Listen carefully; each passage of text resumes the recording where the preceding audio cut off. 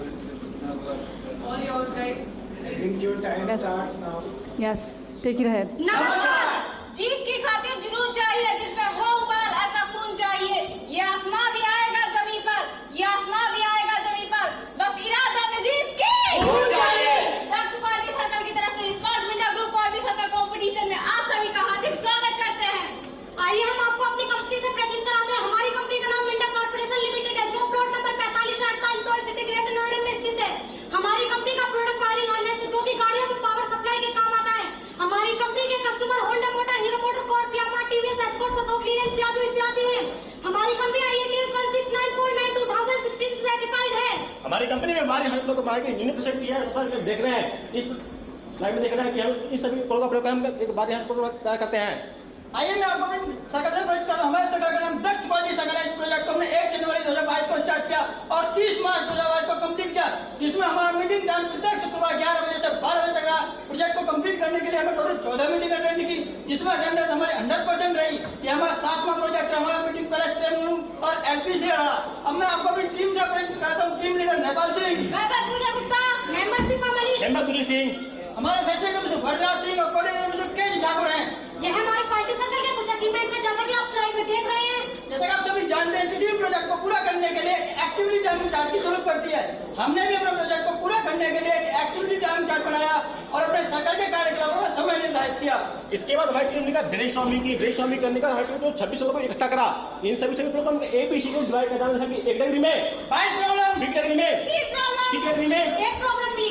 आइए हम आपको बता दें कि ABC कैटेगरी होती क्या है। एक कैटेगरी प्रॉब्लम वो प्रॉब्लम होती है जिन्हें हम खुद सॉल्व करते हैं, और बी कैटेगरी की प्रॉब्लम वो प्रॉब्लम होती है जिन्हें सॉल्व करने के लिए हमें अदर डिपार्टमेंट की हेल्प लेनी पड़ती और है। सी कैटेगरी प्रॉब्लम वो प्रॉब्लम होती है जिन्हें सॉल्व करने के लिए हमें टॉप मैनेजमेंट की सहायता लेनी पड़ती है। उसके बाद हमने एक कैटेगरी की सभी प्रॉब्लमों को QCDMS के आधार पर रैंकिंग देना स्टार्ट किया, तो देखा कि इन 2 प्रॉब्लमों को सबसे ज्यादा हाई रैंक मिल रहे थे।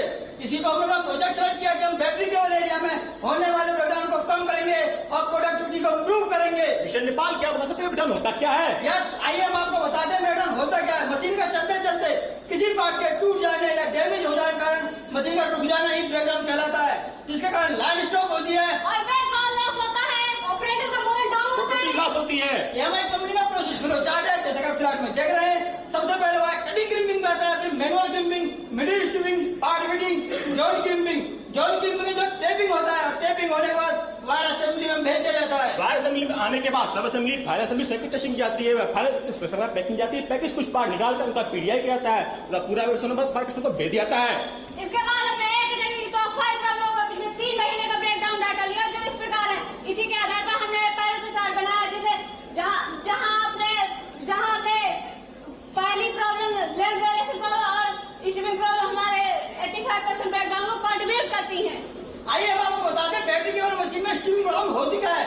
मशीन रनिंग टाइम में कॉपर स्टैंड से PVC का सही से ना हटना ही स्टीपिंग प्रॉब्लम कहलाता है, जिसके कारण प्रोडक्टिविटी लॉस होती है, वायर स्क्रैप होता है और क्वालिटी इशू आते हैं। आइए आपको बता दें कि लेंथ होती क्या है। मशीन रनिंग टाइम में रिक्वायरमेंट के अनुसार लेंथ की छोटी बड़ी फीड वाली लेंथ से ज्यादा चाहिए, वायर स्क्रैप होती है, क्वालिटी इशू आते हैं, ब्रेकडाउन की होता है। इसके बाद हमने अपना टारगेट सेट किया, बैटरी केबल एरिया में टॉप 3 प्रॉब्लम से होने वाले ब्रेकडाउन को 85% तक कम करेंगे। स्टीपिंग प्रॉब्लम के पॉसिबल को जानने के लिए हमने पिछवाड़ डायग्राम बनाया, जिसे हमने मैन, मशीन, मेथड और मटेरियल में दर्शाया।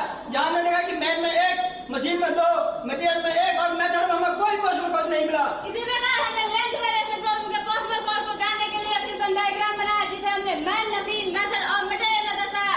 जहां हमने देखा कि मैन में 1, मशीन में 3, मेथड और मटेरियल में हमें कोई पॉसिबल कॉज नहीं मिले। मैन, मशीन, मेथड और मटेरियल सारे पॉसिबल कॉज को दर्शाने के बाद टोटल 8 पॉसिबल कॉज मिले, जिन्हें आगे हम वैलिडेट करेंगे। जो कॉज निकल गया उन्होंने वैलिडेट करना स्टार्ट किया। हमारा पहला कॉज मैन से था, शायद ऑपरेटर को स्टीपिंग पैरामीटर की जानकारी ना हो। इस कॉज को वैलिडेट करने के लिए मशीन में जाकर चेक किया, तो पाया कि ऑपरेटर को स्टीपिंग पैरामीटर की जानकारी थी, अतः कॉज वैलिड नहीं था। हमारा दूसरा कोड मशीन से था कि शायद कपलिंग यूनिट में प्ले तो नहीं है। इस कोड को वैलिडेट करने के लिए हमने मशीन पर जाकर चेक किया, तो पाया कि कपलिंग यूनिट लूज हो जाने के कारण प्ले हो गई थी, अतः ये कोड वैलिड था। और हमारा तीसरा कॉज मटेरियल से था, शायद वायर की PVC हार्ड तो नहीं है। इस कॉज को वैलिडेट करने के लिए हमने और किसी डिपार्टमेंट की सहायता से सभी वायर की PVC को चेक कराया, तो पाया कि सभी वायर की PVC स्टैंडर्ड के अनुसार ओके थी, अतः हमारा यह कॉज वैलिड नहीं था। हमारा चौथा कॉज मशीन से था, इस कॉल को वैलिडेट करने के लिए हमने मशीन में जाकर चेक किया तो पाया कि कपलिंग यूनिट की टाइमिंग कंडीशन सही थी, अतः कॉल वैलिड नहीं था। हमारा पांचवा कॉल मैच था कि शायद ऑपरेटर को लेंथ पैटर्न की जानकारी ना हो। इस कॉल को वैलिडेट के लिए मशीन पर गैर देखा कि ऑपरेटर को सारे पैटर्न की जानकारी थी, अतः कॉल वैलिड नहीं था। हमारा छठा कॉल मशीन से था कि शायद फीडिंग बेल्ट डैमेज तो नहीं है। इस कॉल को वैलिडेट करने के लिए हमने मशीन पर जाकर चेक किया तो पाया कि फीडिंग बेल्ट डैमेज थी, अतः यह कॉल वैलिड था। और हमारा सातवां कॉल मशीन के साथ था, टाइमिंग की कंडीशन ओके ना और इस कॉल को वैलिडेट करने के लिए हमने मशीन पर जाकर चेक किया तो पाया कि सभी टाइमिंग गियर की कंडीशन ओके थी, अतः हमारा यह कॉल वैलिड नहीं था। आठवां कॉल में हम मशीन के साथ बाहर फीडिंग बेल्ट प्रॉपर टाइट ना हो, इस कॉल को वैलिडेट करने के लिए अपने मशीन पर जाकर चेक किया तो पाया कि बाहर फीडिंग बेल्ट प्रॉपर टाइट थी, अतः कॉल वैलिड नहीं था। मैन मशीन बैठे हुए मेटेरियल सारे पॉसिबल कॉज को वैलिडेट करने के बाद हमें मशीन में केवल 2 कॉज वैलिड नहीं, जिनके लिए आगे हम बाय बाय एनालिसिस करेंगे।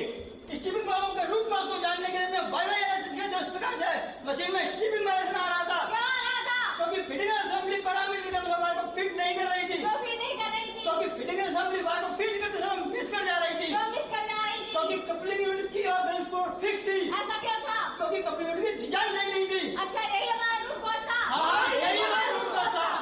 लेंथ वेरिएशन के रूट कॉज को जानने के लिए हमने बाय बाय एनालिसिस किया, जो इस प्रकार से है। बैटरी केबल मशीन में लेंथ वेरिएशन प्रॉब्लम आ रही थी क्योंकि फीडिंग यूनिट वायर को प्रॉपर फीड नहीं कर पा रही थी, क्योंकि फीडिंग बेल्ट वायर को फीड नहीं कर पा रही थी, क्योंकि फीडिंग बेल्ट वायर को प्रॉपर फोर्स नहीं दे पा रही थी, क्योंकि फीडिंग बेल्ट के एडजस्टमेंट सेटिंग के मैनुअल प्रोसेस को अपनाया जा रहा था। क्या ये रूट कॉज है? हाँ, यही हमारा रूट कॉज है। जो रूट कॉज निकल कर आए उसके अगेंस्ट हमने काउंटर मेजर प्लान किया। उस प्लानिंग के दौरान हमारे कार्य क्षेत्र में क्या क्या बाधाएं आ सकती है उसके अगेंस्ट भी हमने एक्शन प्लान किया, जैसे कि आप स्लाइड में देख रहे हैं। इसके बाद हमने फाइनल नंबर एक और डिसाइड किया कि बैटरी केबल में आने वाले ब्रेकडाउन को कम करने के लिए कौन कब कैसे कहां और क्या काम करेगा। इसके बाद हमने काउंटर में लगाना स्टार्ट किया। हमारा पहला रूट कॉज था कपलिंग यूनिट में प्ले होना, जैसे कि आप स्लाइड में देख रहे हैं, ये हमारी ओल्ड कपलिंग यूनिट है जो की और गर्म स्क्रू फिक्स थी, गर्म स्क्रू लूज हो जाने के कारण कपलिंग यूनिट में प्ले हो रही थी, जिसके कारण मशीन में स्टीपिंग प्रॉब्लम आ रही थी। इस प्रॉब्लम को सॉल्व करने के लिए कपलिंग और शाफ्ट के यांग को चेंज कराकर इस बारे में बनवाया, जिससे हमारी स्टिपिंग की प्रॉब्लम सॉल्व हो गई। हमारा दूसरा रूट कॉज था फिटिंग बेल्ट का मैनुअल एडजस्ट होना, जिसका आप स्लाइड में देख रहे हैं। ये हमारी ओल्ड फिटिंग मैनुअल एडजस्टमेंट है, जिसे ऑपरेटर मैनुअल एडजस्ट कर रहा था, जैसे कभी कम या ज्यादा एडजस्ट कर रहा था, जिसके कारण लेंथ वेरिएशन प्रॉब्लम आ रही थी। इस प्रॉब्लम को सॉल्व करने के लिए हमने कपलिंग और मैनुअल प्रोसेस की नोटिस सिलेंडर लगाया, जिससे हमारी फीडिंग यूनिट ऑटो फीड होने लगी। ऑटो फीड होने के बाद हमारी लेंथ वेरिएशन क्षमता समाप्त हो गई, लेकिन बेल्ट का हाई कंजम्पशन बढ़ गया। बेल्ट के हाई कंजम्पशन की समस्या को समझने के लिए हमारी टीम ने मशीन पर जाकर गैप ऑडिट किया तो देखा कि हमारी लेंथ वेरिएशन प्रॉब्लम तो सॉल्व हो चुकी थी, लेकिन फीडिंग बेल्ट का हाई कंजम्पशन बढ़ गया था। फीडिंग बेल्ट के हाई कंजम्पशन की समस्या को समझने के लिए हमारी टीम ने ब्रेनस्टॉर्मिंग करी, जिसके रूट कॉज को जानने के लिए हम आगे बाय बाय एनालिसिस करेंगे। बेल्ट के हाई कंजम्पशन के रूट कॉज को जानने के लिए हमने बाय बाय एनालिसिस किया। मशीन पर बेल्ट का हाई कंजम्पशन हो रहा था। क्यों हो रहा था? क्योंकि फीडिंग बेल्ट बार-बार डैमेज हो जा रही थी। बेल्ट डैमेज क्यों हो रही थी? क्योंकि वायर साइज के अकॉर्डिंग बेल्ट की लाइफ बहुत ही कम थी। बेल्ट की लाइफ कम क्यों थी? क्योंकि वायर का हाई क्रॉस सेक्शन होने के कारण बेल्ट की डिजाइन सही नहीं थी। अच्छा, यही हमारा रूट कॉज है। यही हमारा रूट कॉज है। वायर के हाई क्रॉस सेक्शन होने के कारण बेल्ट के डिजाइन का सही ना होना, जैसे कि आप स्लाइड में देख रहे हैं, ये हमारी ओल्ड फीडिंग बेल्ट है। वायर के हाई क्रॉस सेक्शन होने के कारण बेल्ट जल्दी खराब हो रही थी, जिसके कारण फीडिंग बेल्ट का बहुत ही ज्यादा हाई कंजम्पशन हो रहा था। इस प्रॉब्लम को सॉल्व करने के लिए हमें फीडिंग बेल्ट की जगह फीडिंग रोलर लोकर मार्केट स्टेट बनाकर मशीन पर इंस्टॉल किया, जिससे हमारी बेल्ट हाई कंजम्पशन जड़ से खत्म हो गई। यह हमारी मशीन कैपेबिलिटी सीट है, जैसा कि आप स्लाइड में देख रहे हैं। हमने मशीन का सीपी के क्वालिटी डिपार्टमेंट से चेक कराया, जो आज पर स्टैंडर्ड ओके रहा। यह हमारी स्टैंडर्डाइजेशन सीट है। हमने सभी ड्राइंग को पी डिपार्टमेंट से कंट्रोल कराया और मशीन पार्ट लिस्ट में भी ऐड किया, ताकि भविष्य में कोई गलत पार्ट ना आ सके। ये हमारी हॉरिजॉन्टल डिप्लॉयमेंट सीट है, जैसा साइड देख रहे हैं कि हम अपनी मशीन पर ये इंप्लीमेंट कर चुके हैं। हमने मशीन सप्लाई का हमें रिक्वायरमेंट दी, भविष्य में इन सभी इंप्लीमेंट के अनुसार मशीन चाहिए। यह हमारे कंप्लीट एक्टिविटी चार्ट है, जो जहां पे येलो जोन प्लान को तथा ग्रीन जोन एक्चुअल को दर्शाता है। इसके बाद हमने बिफोर और आफ्टर का ब्रेकडाउन डाटा दिया, तो इस प्रकार एक्चुअल में हमारा ब्रेकडाउन 3313 मिनट था, जो जून माह में घंटा 240 मिनट लगा है। सभी इम्प्लीमेंटेशन और एक्शन के बाद हमने अपने टारगेट को अचीव किया और बीट किया। हम धन्यवाद देना चाहते हैं उन डिपार्टमेंट के लोगों को, जिन लोगों ने इस प्रोजेक्ट को पूरा करने में हमारा सहयोग दिया। इस प्रोजेक्ट को कंप्लीट करने के बाद हमने अपनी कंपनी को टेक्निकल बेनिफिट के रूप में 8,49,60 बेनिफिट दिया, इसमें टोटल लगा 25,000 रुपए रही। प्रोजेक्ट को कंप्लीट करने के बाद हमने अपनी कंपनी को पर ईयर 2,28,000 प्रोडक्टिविटी इंप्रूव की और ब्रेकडाउन रिड्यूस किया। प्रोजेक्ट को कंप्लीट करने के बाद हमें कुछ इंटेंजिबल बेनिफिट हुआ, जैसे कि हमारा कॉन्फिडेंस लेवल इंक्रीज हुआ और हमने प्रॉब्लम सॉल्विंग टेक्निक सीखी। हमारा आपसी तालमेल बढ़ा, हमारा कंप्यूटर नॉलेज इंक्रीज हुआ और हमारा स्किल लेवल इंप्रूव हुआ। ये हमारे पॉलिसी में कुछ अचीवमेंट है, जैसे स्लाइड में देख रहे हैं। Gold award ICC 2016 Bangkok Thailand, और gold award ICC 2017 Manila Philippines, और gold award NCQC 2021 PHE Coimbatore.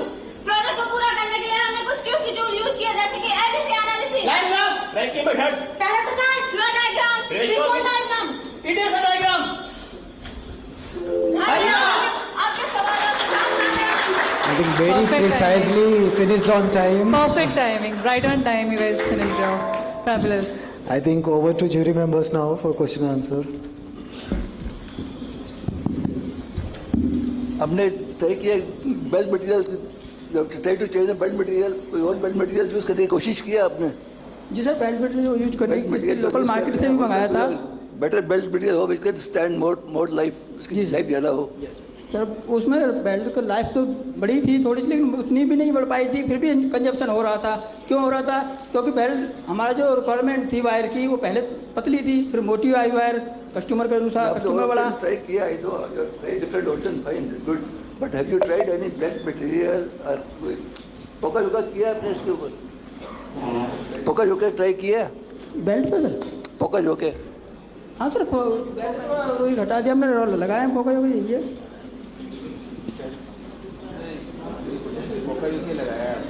कोई पोका योगा नहीं लगाया मैं इसका, नहीं सर, पोका योगा नहीं किया। नहीं लगाया पोका योगा ना? आपने एनालिसिस शेयर किया है, एक बार वापस लेके आएंगे root cause analysis? Can you bring it back? Root को Control team, can you just bring on the root cause analysis slide? The previous slide. No, the root cause. Back back back A bit back. आपने root cause analysis में Y में लिखा Yes, yes, here, here, कि here. Cause जो है आपका pulley आपका loose हो गया, कपलिंग लूज हो गया, आपका लूज होने के कारण डैमेज हो रही कपलिंग लूज हो गया। वो तो ठीक है, ये तो कपलिंग, इसके कपलिंग लूज क्यों हुआ? उसके आगे का वाई भी सोचा आपने? है। जिससे कपलिंग की और गर्व्स को फिक्स थी, वो जिससे गर्व्स को लूज हो जा रहा था, तो उस कारण कपलिंग लूज हो जा रही थी। अब आपने टाइट कर दिया, ठीक हो गया, हाँ, दोबारा लूज नहीं होगा, उसके लिए क्या सोचा? दोबारा लूज नहीं, हमने कपलिंग की डिजाइन को ही चेंज करा दिया ना सर, कपलिंग की डिजाइन को ही चेंज करा दिया है। नहीं, क्या चेंज किया है जिसकी वजह से दोबारा लूज नहीं होगी? सर, या लूज होने से पहले पता पहले राउंड में थी, अच्छा, उसे हमने स्क्वायर में बनवाया है। अगर हमारा गर्व्स को भी लूज हो जाएगा तो राउंड में होने को, स्क्वायर में होने की वजह से वो प्ले नहीं बनेगी उसमें। प्ले नहीं आएगी। हाँ, स्क्वायर में प्ले नहीं आएगी, कपलिंग में प्ले नहीं आएगी, तो मशीन में स्टिपिंग प्रॉब्लम नहीं आएगी। अच्छा, इसी तरीके से आपने ये जो बेल्ट का आपने बोला है जी सर। कि बेल्ट जो है डैमेज हो गई, जी सर। तो बेल्ट डैमेज का रीजन यही था कि ओवरसाइज वायर लगी, इसी की वजह से हुआ? हाँ सर, ओवर साइज भी थी, कभी ऑपरेटर उसको मैनुअल एडजस्टमेंट था, वहाँ पर मैनुअल एडजस्टमेंट था बाद में, तो उसको बाद में फिर हमने उसमें न्यूमेटिक सिलेंडर लगाया तो ऑटो में पूरा फोर्स देने लगी। अभी भी आपकी डैमेज तो होगी बेल्ट? नहीं सर, बेल्ट नहीं, हमने रोलर लगा दी, बेल्ट तो हटाई थी वहाँ से। हाँ, तो अभी डैमेज होने से पहले, इससे पहले कि डिफेक्टिव पार्ट्स बने, उससे पहले पता लग जाए, उसके लिए कुछ किया आपने? सर, डिफेक्टिव पार्ट्स तो बनेगा ही नहीं, क्योंकि हमारे फिटिंग रोलर लगे हुए हैं, उन पर फाइन लर्निंग है। नहीं, जैसे अभी बताया कि बेल्ट की कंजम्पशन आपकी अभी भी है। नहीं सर, कपलिंग को हमने ऑटो में फीड कराने के बाद, फिटिंग यूनिट को ऑटो में फीड कराने के बाद बेल्ट का हाई कंजप्शन बढ़ गया था। पहले तो था ही बेल्ट का भी, उससे ज़्यादा बढ़ गया था ऑटो में फीड करने के बाद। तो उसमें फिर हमने ये दूसरा रूट को ये निकाला कि हम बेल्ट को ही हटा करके फिटिंग रोलर लगाएंगे। फिटिंग रोलर कर दिया, बेल्ट है ही। जी सर, बेल्ट को ख़त्म ही कर दिया मशीन से। इसमें क्या फेलियर हो सकता है वो सोचा आपने? नहीं, इसमें सर फेलियर यही हो सकता था कि अगर लर्निंग रोलर पे होगी, तो हमने इसलिए फाइन लर्निंग बनाई थी, जो पहले से यूज हो रहे थे कुछ मशीनों पर रोलर, तो उसी की तरफ गए थे हम।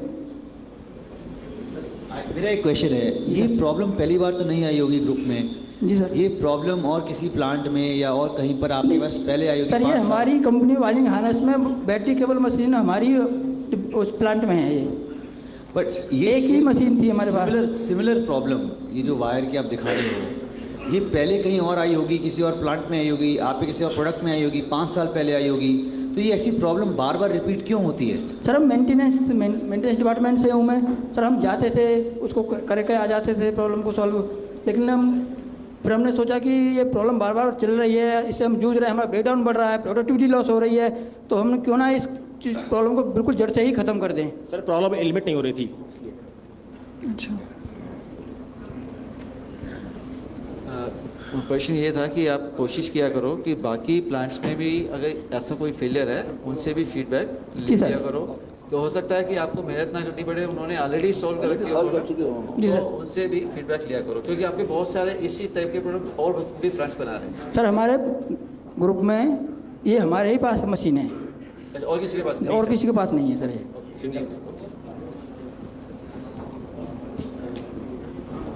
समय की पाबंदी है, इसलिए मैं समय न लेके मैंने कुछ एक ही पेज पर मार्क किए बेटा, उन्हें सबको देख लेना, सारे पेज पर नहीं किए हैं, और उससे आपको अंदाज़ा लग जाएगा शुरू के 5-6 पेज से ही, यानी कि इसका मतलब हर पेज में जी सर, इम्प्रूवमेंट की जरूरत है। Thank you, all the best. Thank you sir. Thank you. Thank you so much, team, for a mind-blowing performance, and thank you, jury members, for the continued question and answer sessions with the team. Now, I think due to the limitations of time and engagement of our few of the guests, we would like to prepone one of the activity, which is award felicitation to ICQCC winning teams by our chief guest and few of our delegates that I would like to invite. Before that, I will just give a brief that many of our quality circle teams have participated at national level, and they further qualified for the international level in the event held in Indonesia, Vietnam. Jakarta, Vietnam. Or it is Indonesia, sorry, that's my mistake.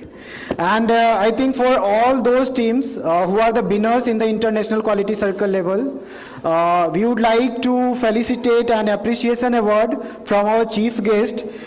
So I would like to invite Mr. Masahiro Nishikawa-san on the stage